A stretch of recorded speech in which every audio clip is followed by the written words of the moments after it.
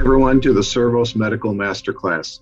My name is Robin Young, and I'm the publisher of Orthopedics This Week.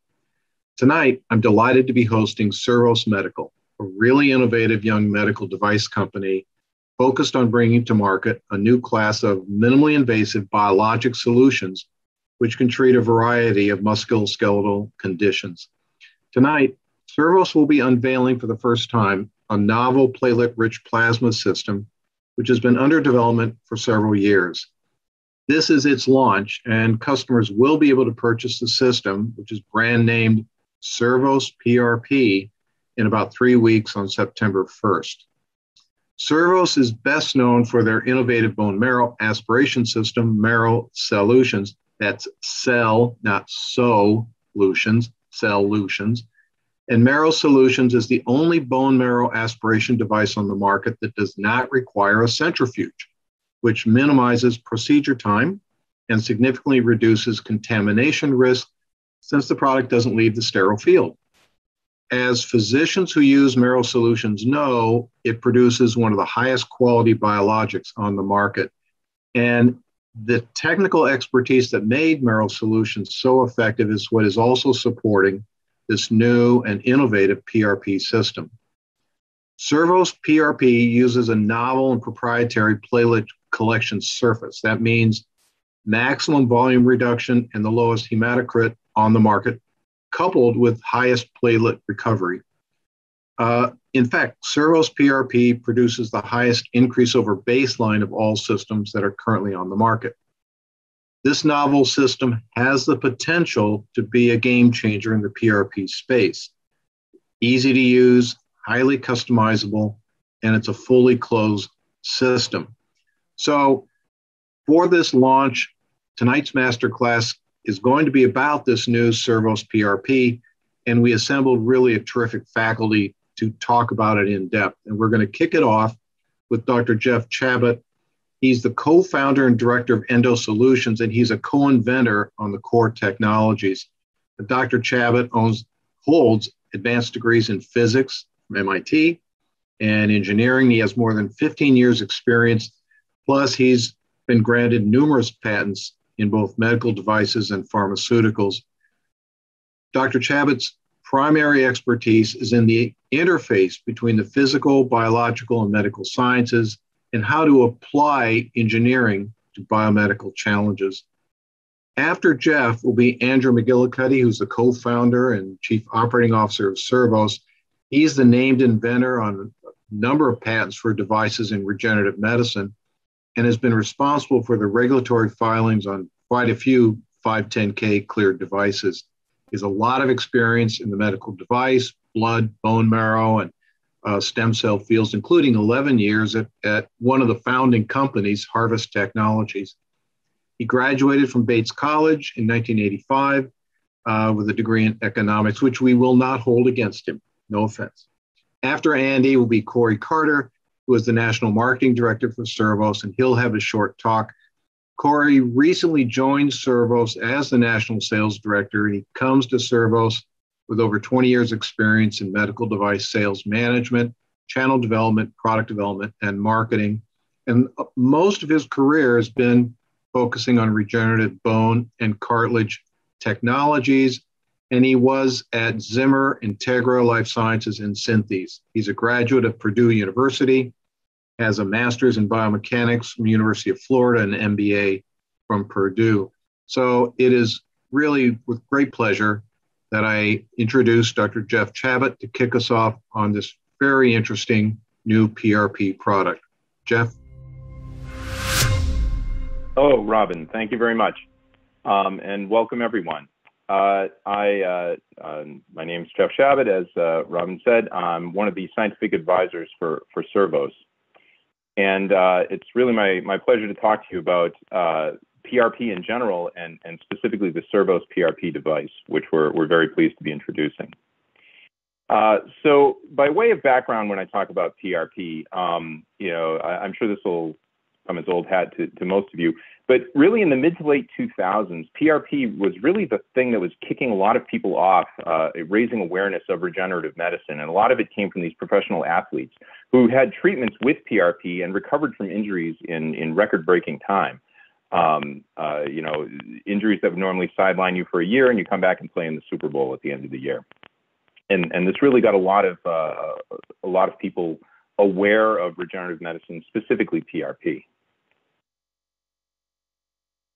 So the Cervos PRP system is, we call it simply innovative. It's a simple system, but it's a long way to simple, as we like to say. At its core, what really makes our system unique is the surface upon which the platelets are collected, which really enables maximum platelet recovery in a small volume, so you can get potentially very high concentrations as well as high yields. The technology under which this works is actually very well established, based on established blood banking processing protocols, 2 spins in order to properly separate the sample. The device has been 510(k) cleared, and the FDA submission lab results are what's shown across the bottom here, and you'll see these several times tonight. So a 78% platelet recovery, high recovery of lymphocytes, a very low recovery of granulocytes, which are pro-inflammatory, and so we'd like to remove for most of the applications we'll be considering PRP for, and with very low hematocrit, less than 2%. So the key features in terms of how this device works, and I'll talk you through the steps on the next slide. It's a 2-step decanting process, which is, again, a very standard blood banking procedure to do 2 spins in order to collect platelets. And this collection surface that you see on the top of this gray piece, which is a plunger, which is contained within the tubes that you see on the right, has been carefully designed, again, in order to enable maximum recovery of the platelets. And the system is completely closed. There's no air vent. There's no sterile barrier entries. You collect the blood into a syringe, of course. The syringe, you swab the blue ports that you see on the top, and then the syringe mates directly with it. So that's it. There's no chance for contamination and subsequent infection upon delivery of the PRP product.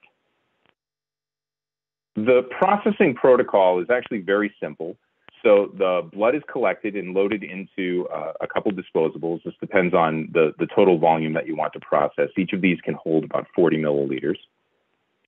After a first spin, we end up with this sort of cloudy plasma at the top, which contains the platelets and a lot of the white cells, while the red cells are all stacked up below, owing to their greater density. So these are pushed, either pushed from below using a screw system that enables you to get very, very precise delineation of the yellow and the red apart from each other, or it can just be drawn directly into the syringe. Once that material has been collected, it's introduced to another disposable and then spun one more time. And what this causes is the platelets to collect on that surface. And so then the clear platelet pore plasma, PPP, is collected in the syringe. And then into a separate syringe, you collect at the bottom the platelets and most of the white cells in again, a very small volume, allowing for very high concentrations. And that's the platelet-rich plasma, PRP. It's a very simple system. It's designed to work in many different centrifuges, so this doesn't require you obtain a brand new centrifuge in order to use. When we look at the numbers, which is, of course, probably the most critical thing, the Cervos PRP system here, and again, these are the numbers that were submitted in our 510(k) filing, 78% platelet recovery, a 6x concentration of platelets over baseline.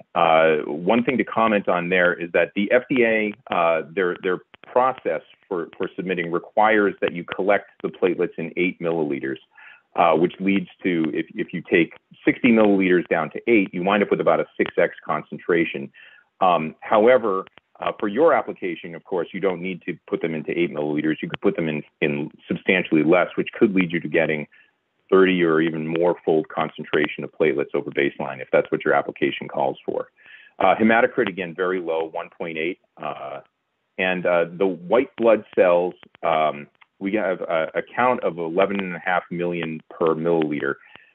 When you look at a breakdown of those white cells, because of course we don't want all the white cells. So in the whole blood, these are the numbers here, and these are the numbers that we get in the PRP product. Again, when we bring it down to 8 milliliters. So 26% recovery of white cells. But when you look at the lymphocytes, which are often cells that we want to retain, along with the monocytes, in regenerative procedures, we're getting very high yields of those. And the granulocytes, which are pro-inflammatory, and we'd like to remove, we're getting a very low yield on those, which is great. And okay, want to make one more comment in here about regulatory versus legal risk. So some people wonder, well, if this is just, you know, spinning blood down in a tube, can't I just take a Falcon tube and spin blood down? I have a rack of Falcon tubes. Why do I need a device? So it's important to remember that all of the FDA legally marketed PRP devices that are approved for clinical or in vivo use have been cleared through CBER and will have a BK number. If you use something else like a Falcon tube or a diagnostic tube, this is not a legally marketed device. And this can lead to, well, no real way to put it, you're breaking the law if you use these things for clinical or in vivo use. And it's not that the FDA is going to come after you. The FDA has got better things to do than come after you for using a Falcon tube. The problem is actually, as is often the case, the lawyers. So if a patient seeks damages because of anything, and it doesn't matter how frivolous, you know, they didn't see the improvement that they wanted, because sometimes procedures don't improve, you'll have to prove that you didn't do any harm if their counsel you know, can demonstrate that you broke the law by not using an approved device. And how do you prove that you did no harm? I mean, that's a nearly impossible legal threshold. And finally, that in such a civil suit, if there's prima facie evidence of gross negligence, the corporate veil can be pierced, which means they can actually come after your personal assets. So this is a long way of saying, for your sake, you know, consider using a marketed PRP device, an approved PRP device, for example, ours, to protect yourself and deliver high quality results to your patients. There's a list of references here, some of which are related to my section, and some of which are related to sections you're going to hear later. I don't expect you to memorize all of these, but this video of this presentation will be made available at cervos.com very soon in the future. So if you want to see these, you can go to the video there and just zoom to this point in the presentation, and all of the references will be there. Okay. So I'm just going to leave you again with this this slide with these numbers here. Brand new device. We're very proud of it. Fantastic platelet recovery, good recovery of the cells you want, low recovery of the cells you don't, and with very low hematocrit. So with all of this, I'm now going to hand it over to Andrew McGillicuddy, who is the co-founder of Cervos, and he's going to talk a bit about how blood banks have spun blood in the past, and this kind of lends insight into how our device works and how you know it's going to work in your hands. Thank you, Jeff. And my name is Andrew McGillicuddy. I've been with Cervos as a founder, and prior to that, I worked at Harvest for a number of years. And while I was working there, you know, we wound up getting, no matter who you were at Harvest, you got an education in how blood works and how blood banking works in marrow. So hopefully I can share some of that insight that was taught to me by Dr. Sherwin Kevy, who was the former chief of hematology at Children's Hospital. So first, you know, how you make PRP processing matters. So there's, you know, Buffy coat method, a single spin, a double spin, but all of these things have come out of hematology and blood banking. And so once you have a background in that space, and then you look at how some of that technology worked its way into, you know, the clinical practice in regenerative medicine, you can immediately know, well, was this really meant to make PRP? And then you'll know whether it's going to work or not. So let's go through some of that information. So first, a vacutainer tube, a lot of times there's reagents in a vacutainer tube, and it might have a 510K, it doesn't have an in vivo indication. And whatever reagents are in there probably weren't meant to be reintroduced into a person. So to reiterate what Jeff said, always use an FDA cleared device. If you try to take a shortcut, you could unintentionally hurt somebody. But when you do a single spin in a vacutainer tube, typically it's about 8 ml. You have this gel separator, which likes to stick to platelets. So basically you have some plasma on top of that gel separator, and the plasma maybe has 1.5 times baseline of platelets. It's a very low dose platelet biologic for two reasons. One, you didn't draw a lot of blood, so there's not a lot of platelets to begin with in 8 ml. And two, the plasma hasn't been spun again to concentrate the platelets out of it. So this kind of a method gives you the poorest result. The other way you make a platelet concentrate in a blood bank is a 2-spin method. And they've been doing this for years when they make platelet concentrates, transfusion platelets, fresh frozen plasma. You'll take a blood bag and you'll spin it. And during that first couple of minutes of spinning, red cells, which have a charge, they stack up like coins, positive and negative, and they actually sediment 33 times faster than a platelet. Then you have your white cells, especially your granulocytes, are much bigger. They sink 12 times faster than a platelet. So if you can imagine yourself in the blood during that separation process, you have a lot of heavy solid material going down, which creates a fluid flow or a stream going up. Well, the really light components of blood, like platelets and lymphocytes, get caught up in that upward stream.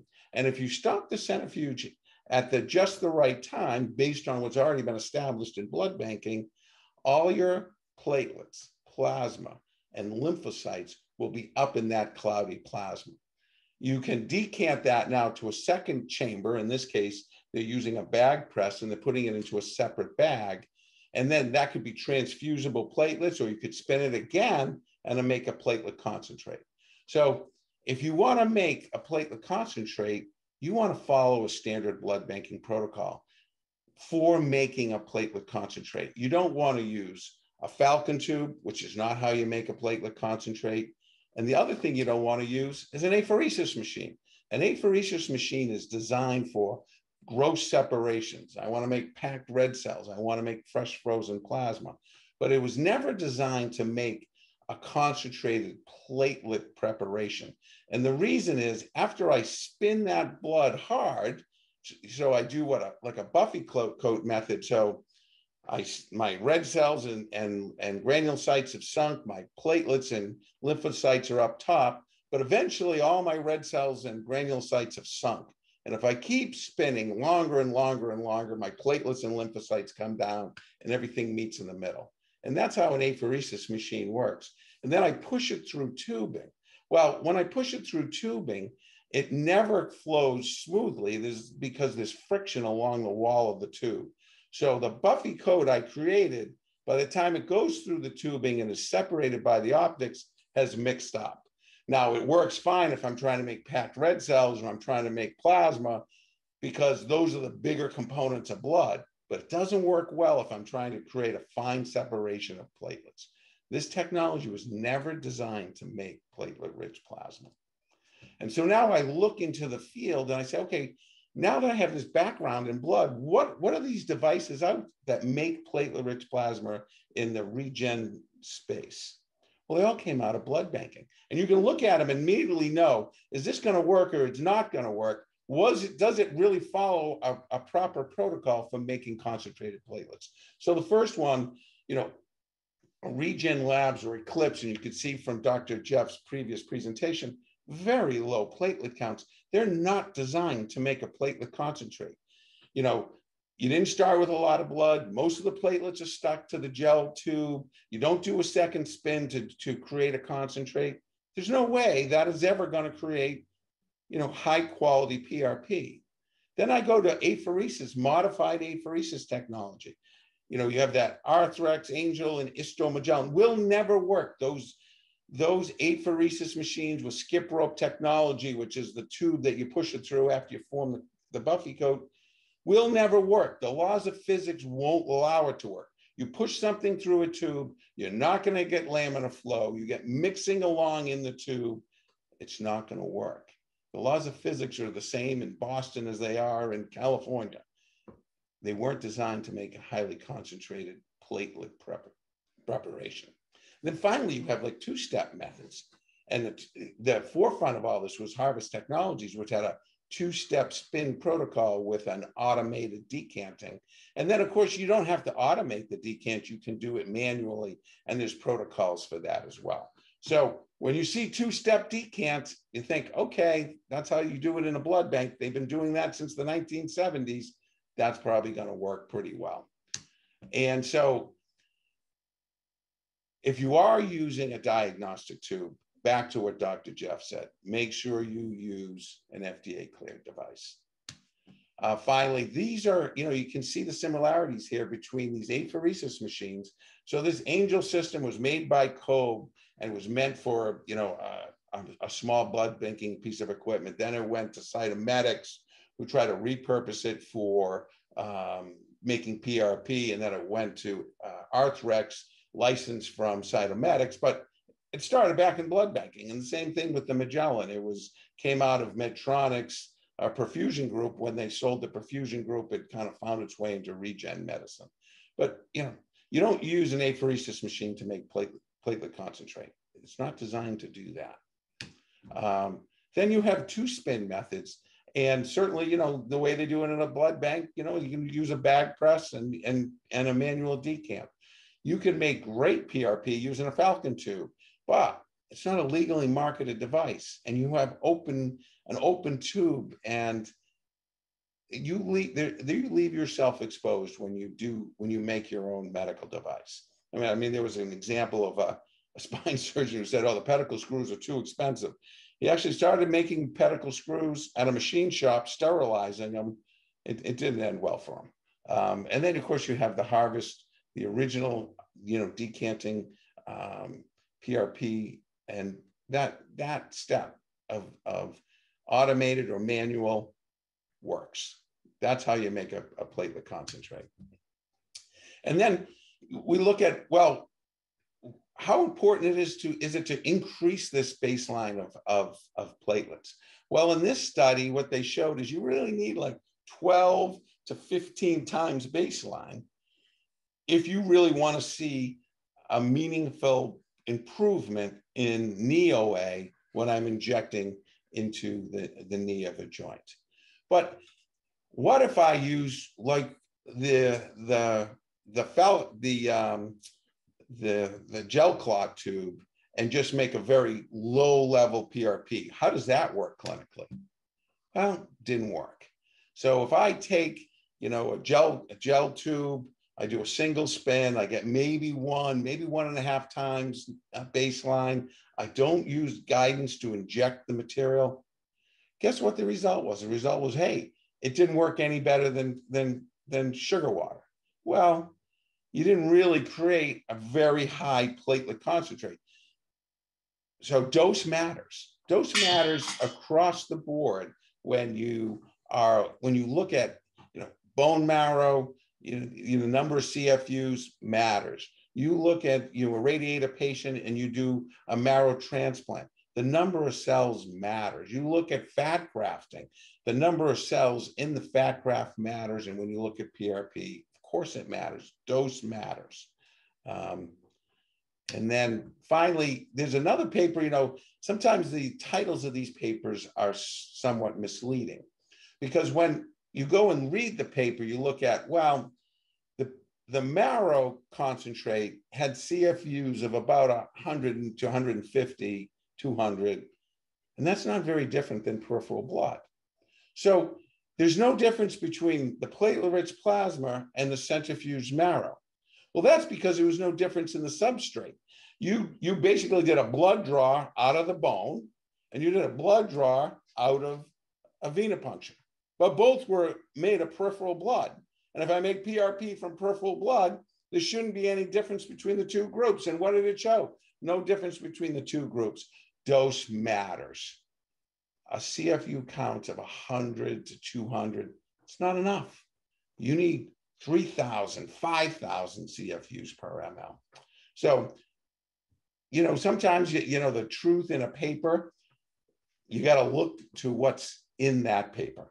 And finally, we're trying to make this real easy for our customers. It's going to be an e-commerce enabled system.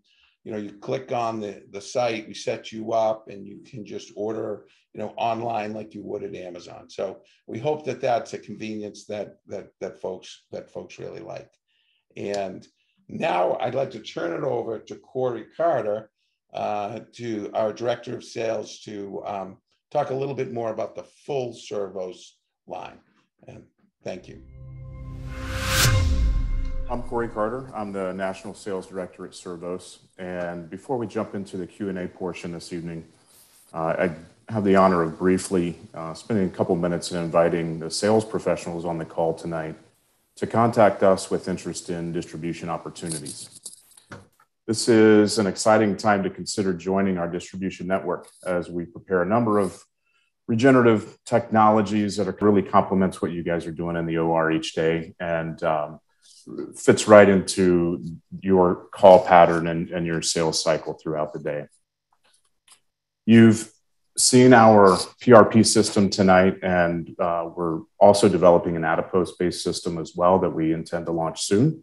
But while we're planning to drive the sales of these devices, as Andy mentioned, through the online program, we're really focused on also bringing on board operating room-based sales professionals too, to really focus on our percutaneous bone marrow concentration system, the BMA Marrow Solutions program that we've launched previously and intend to continue to round out.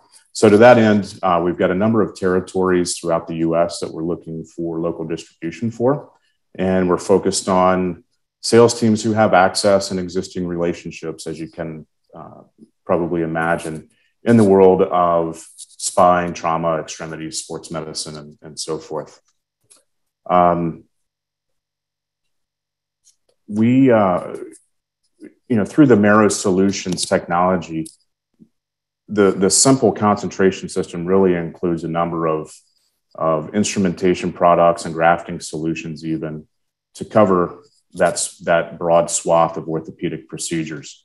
We provide a strong support mechanism to help you develop the local market through training, cadaver labs, and customer onboarding as well. We continue to make headway with some additional contract wins and access too. I would invite you to contact us with interest in distributing the portfolio at sales@cervos.com, either directly or with any referrals to potential folks, sales colleagues that you know who may have a fit for the Cervos line in your bag. You can reach out to us directly at that email address. I'd also invite you to stop by and see us at either of the major upcoming meetings. At Academy out in San Diego at the end of the month, we'll be at booth 913. And then at the end of September at NASS, we'll be at booth 3242. You can obviously additionally continue to look into Cervos and our portfolio at cervos.com as well. So with that, I'd like to thank everyone for joining this evening and throw it back to Robin for some final remarks and some Q&A. Okay, so we've had several questions submitted, and we'll try to get through them. I'll try to direct them to the people that I think may be the most appropriate to answer them.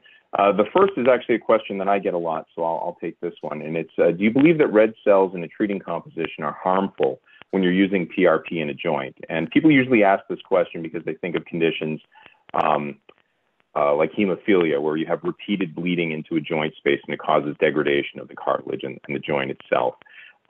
Studies have shown, however, that acute treatments, even if there are substantial numbers of red cells in there, don't cause lasting damage to the joint.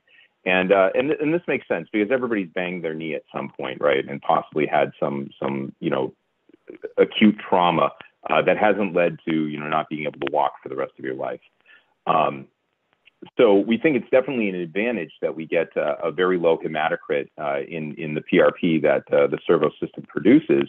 But if you're just coming in to do a procedure one time, those red cells are probably not the highest concern you have. We have another question that's kind of along those lines, which is, do you believe that reducing the number of granulocytes will help reduce inflammation flares when injecting into a joint? And this, I think there's some pretty strong evidence for, which is partly why we worked very hard to design a system that so effectively removes granulocytes from the final product. In fact, in a lot of cases that you'd want to treat where you have knee pain, knee inflammation, osteoarthritis, rheumatoid arthritis, the synovial fluid, which is normally quite acellular, actually has a lot of inflammatory cells in it in those conditions, and that really causes a lot of problems. And it's been shown that even just flushing that joint space out with saline can actually produce some benefit just by getting rid of those inflammatory cells. So you definitely want to treat with something that's low in those granulocytes, and perhaps even add in some of that extra PPP that's going to have very low granulocyte numbers as well to try to get those cell numbers down. Here's a question. Actually, we have two questions, and I'm going to send them both to Andy. First is, what is the distinction between a legally marketed device and off-label use? And the second one, which is in different places here,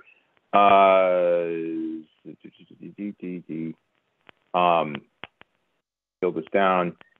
Is there a standard indication for PRP kits and systems available in the U.S. which have gone through the FDA review process that's for a surgical indication? However, Andy mentioned injection for knee OA and for soft tissue use. Is that against the cleared or approved indication from the FDA? Thank you for the clarification. All right, so I think I can they're kind of related questions, so let me see if I can't kind of answer them both simultaneously. So a legally marketed device means you have a 510K number or you have a clearance number and you've gone through your FDA submission. Now, a lot of times, when you look at the indication for use on that device, you're using it potentially for a different reason. And that would be considered an off-label use because I have a device that has an in vivo indication. I'm going to use that device, but it's for a different in vivo indication. But I can do that under the practice of medicine, and I should have some evidence in the peer-reviewed journal body that what I'm going to do will be helpful, but won't be harmful. So that's an off-label use, and there's a lot of off-label use done, and I don't see that as being a problem because those court cases have all been settled. That's very different than if you make your own device. Now you're not using a legally marketed device off-label. You're making your own device, just completely bypassing the FDA. All the laws that are written in the books about what it takes to legally market a device, you're saying, well, I'm not going to comply with any of those laws. I'm just going to make my own device and do what I want. And it would be almost like it would be like if a doctor got appointed the head of Medtronic and they say, well, because he's a doctor, he doesn't have to comply with FDA. I mean, that's crazy. So you want to use a legally marketed device, but you can use it off-label. So that gets into the question, if I use PRP off-label. So if I look at the indication for use for all these PRP systems, they went through CBER, they start with a BK number, and therefore mixing with graft material to improve the handling characteristics for an in vivo bone grafting condition. But if I look at the literature, there's tons of literature out there that injecting PRP can be helpful. So people use PRP off-label for injecting into joints and various different parts of the musculoskeletal system. And that's an off-label use as long as it has a 510K clearance. So I hope that was kind of a long explanation, but hopefully that was helpful in distinguishing off-label, on-label, and illegal. Okay, thank you, Andy. And of course, if there are any follow-up questions that either we don't get to or as follow-ups to the questions we're answering right now, please feel free to email us info@cervos.com, and we'll get you an answer just as quick as we can.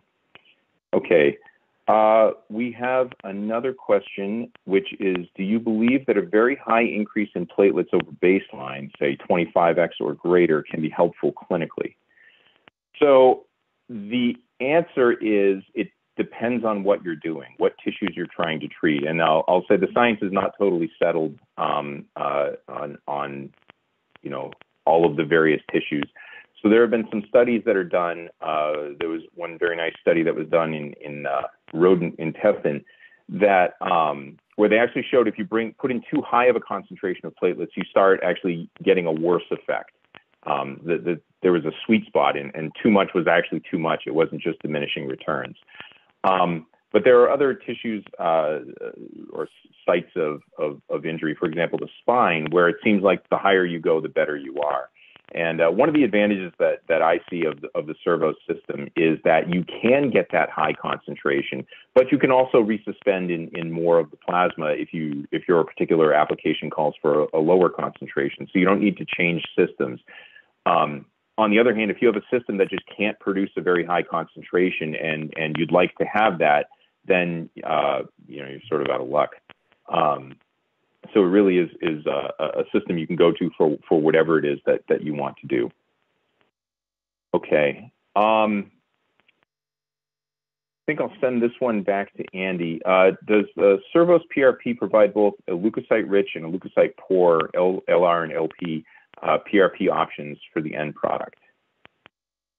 Yes. So the decant step is where you can customize whether you want leukocyte-rich or leukocyte-poor. So you're at that interface between the red cells and the plasma. But you might want to think of that as like an iceberg. And, you have cells sitting like on the top of that, but they sink a little bit into the sea of red. If I push more of the red into my syringe and then I centrifuge that, I'll have a leukocyte-rich and a slightly higher hematocrit. But if I want a leukocyte-poor, then you don't decant as much. So you as the user customize whether you want leukocyte-rich or leukocyte-poor during that first decant step. Okay. Can you use this PRP for tympanoplasty or other ENT applications? What was it, Jeff? I missed that one. Sorry. Can you use this PRP for tympanoplasty or other ENT applications? I will say this is outside my area. I was going to say, I don't know what tympanoplasty is. But ENT, I mean, we do see people mix PRP and fat in cosmetic procedures and in reconstructive procedures. So if you have a breast reconstruction after a radiation, fat can be very helpful there because there's a lot of mesenchymal cells there and it provides kind of a natural pain relief. But the trick, in my opinion, to making that work is you don't want to dilute the fat so much with the PRP because now per ml, I've diluted my fat too much. So in that case, customizing to get like 50 times baseline in 1 ml and mixing with 10 ml of fat makes a lot of sense because I've delivered all my growth factors from my platelets, but I haven't diluted my fat to the point where it may not work clinically for what I'm trying to do. Did that make sense? Jeff, you're on mute. Yes. No, I'm sorry. We have windows popping up all over the place. Okay. We have a clarification here, which I think is an important one. Again, I'll probably actually let Andy take this one. About PRP as an approved product versus a device that's approved to produce PRP. Can you make a comment on that? Yeah, so absolutely. So you have devices that are approved for, aspirating bone marrow. The device is approved for that, but the bone marrow isn't. The bone marrow is the patient's own tissue.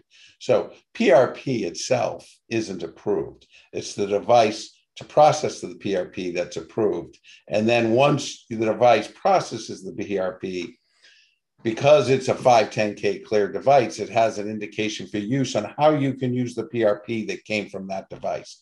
And all PRP systems are cleared to take the PRP from that device and use it for mixing with bone chips to improve handling.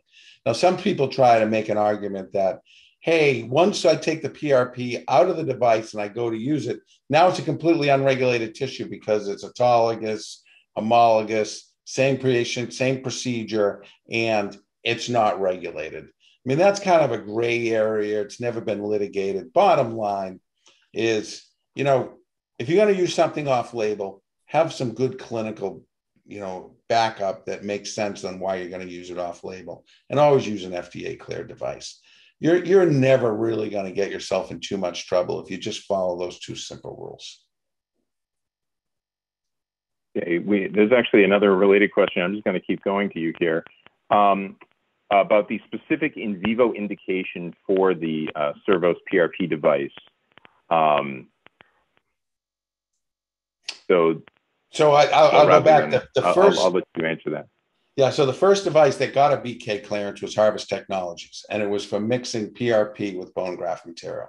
Every device that's come subsequent to that has used Harvest as the predicate device. They all have substantially or equivalent indications for use. That's why I say they all have the same one, because they all used Harvest as the predicate, and I was at Harvest when we did that 510K.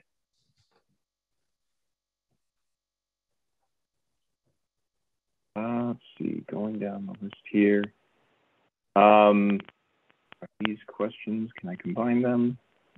Oh, they're probably separate. Okay, one question. If you boost your platelets very high using the Cervos system, what happens with the monocyte concentration? That is there a reduction in monocytes when increasing the platelet concentration? And if so, how significant? So the numbers that you saw are actually, I think they're fairly consistent across people in terms of the percentage yields that you're getting when you use the system in a particular way. As Andy had mentioned, you can sort of adjust the monocyte yield by how much of the red layer you take off in that first decant and how many cells you grab from there. But in order to get the platelet concentration at sort of its maximum, if you didn't resuspend in 8 milliliters, you're mostly adding in that, oh, my hands are disappearing. You're mostly adding in that clear fluid that's above the platelets when you're following the FDA process for the submission, and that fluid is basically very low cellularity. So you should see an increase in the monocyte concentration as you get an increase in the platelet concentration. Okay. I'll throw this one to Andy. For the use of the Cervos PRP system in the intra-articular space, what needle gauge do you recommend? And additionally, can you administer the PRP into the knee joint with a local anesthetic? So what I've seen clinically used is anywhere from an 18 gauge to a 22 gauge needle. And if you're the one who's having it injected, I guess you want a 22 gauge versus an 18 gauge. Part of the skill in this field is the art of the administrator. So you need to have good imaging so that you're delivering the biologic to the area of the defect. So as device manufacturers, of course, we'll, hey, this is our device and this is how well it works. This is compared to the competition. But so much of an outcome is the skill of that person who's delivering the biologic. Can I really see that defect? Am I making sure I'm getting the biologic into the defect? And, am I getting sufficient quantity into that defect? So what was the second part of the question there, Jeff? I don't know if I fully answered this one. Sorry, already scrolling up the question. You're local. Can you administer PRP into the knee joint with a local anesthetic?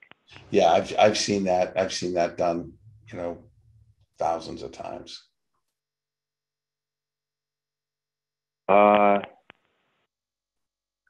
And there's a follow-up question about, is there a recommendation after the injection of PRP into the intra-articular space? What is the recommendation regarding the use of an NSAID or other anti-inflammatory following the injection?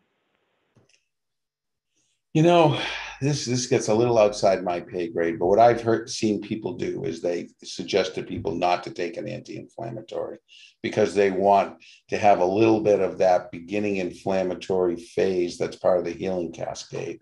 And if you take an anti-inflammatory, you're kind of working at cross purposes to that regenerative process. Now, I don't know if there's ever any strong literature that supports that, where I said, hey, PRP with, an anti-inflammatory, PRP without an anti-inflammatory, and look, you did much better without it. I think it's kind of, folklore kind of stuff, but it kind of makes sense. I'm just going to keep going back to you because you're doing so well. We have a question here about the use of the phrase regenerative medicine, because clinicians have to be careful about sometimes using that expression without running the risk of running afoul of the FDA for making claims. Can you comment on that? Yeah, I think that FDA has, to a certain extent, looked to the websites of clinicians and said, you're like now a medical device manufacturer. The claims on your website shouldn't be outrageous. Just like, we as medical device people can't go out and make outrageous claims that, hey, use PRP and it's going to cure, pancreatic cancer. It's not. So the FDA looks at those kinds of those phrases and claims on a website now, and they're starting to think of doctors' websites the way I would think of a medical device company marketing a legally marketed device. So they don't like the word stem cell. They don't like words like regenerative medicine. They don't like you saying, hey, if I use PRP, you're going to regrow cartilage. Anything like that, I think you're kind of way out of bounds. But, that's kind of a part of the regulatory world that we don't live in because we never do anything like that. We live within our box of what our claims are. But that's what I think is starting to happen out there. I'm going to ask you one more, and then I'll take the last question. Okay. Do you believe that mixing PRP and fat produces a better outcome when you use them together for cosmetic surgery? Yes, and I think we touched upon that a little bit earlier, but the key is you have to really concentrate the PRP so you don't dilute the fat. But I'm a big proponent of fat in doing things like like breast reconstruction after irradiated tissue. And we have a program that we're going to start with some folks at UPenn and Philly coming up for that kind of an indication.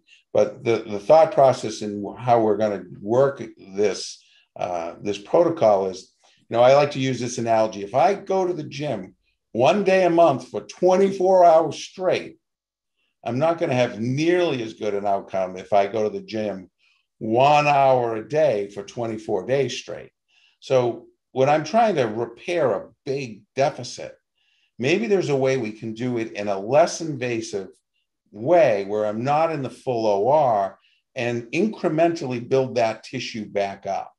And, what is going to be the best way and the best protocol to do that? So we're working on that protocol. We're working with UPenn on that. And we're hoping that, we can improve those kinds of procedures by just using that simple analogy.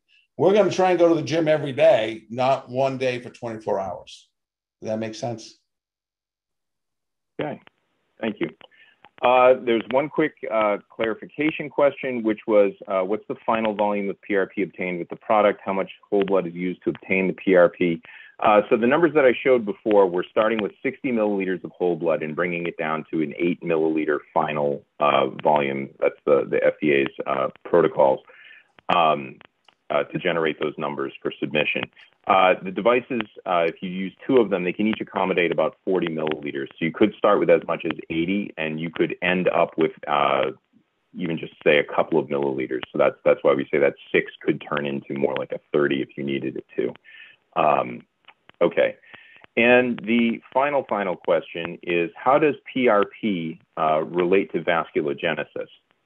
So the process of vasculogenesis, which is, fundamental for remodeling following an injury to really do the ultimate repair of the damage,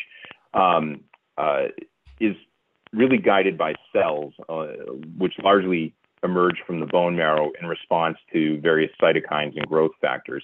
The PRP is insanely rich in those growth factors. So when you inject PRP into the site of an injury, what it's doing is it's basically sending out a call for cells to come in and really affect the repair. And of course, the other thing that it'll do is that the platelets will themselves be rich in anti-inflammatory cytokines. So they'll tone down the inflammation in addition to calling in the cells to really affect the repair. And that's actually a very convenient last question, because we are going to go to a video about vasculogenesis.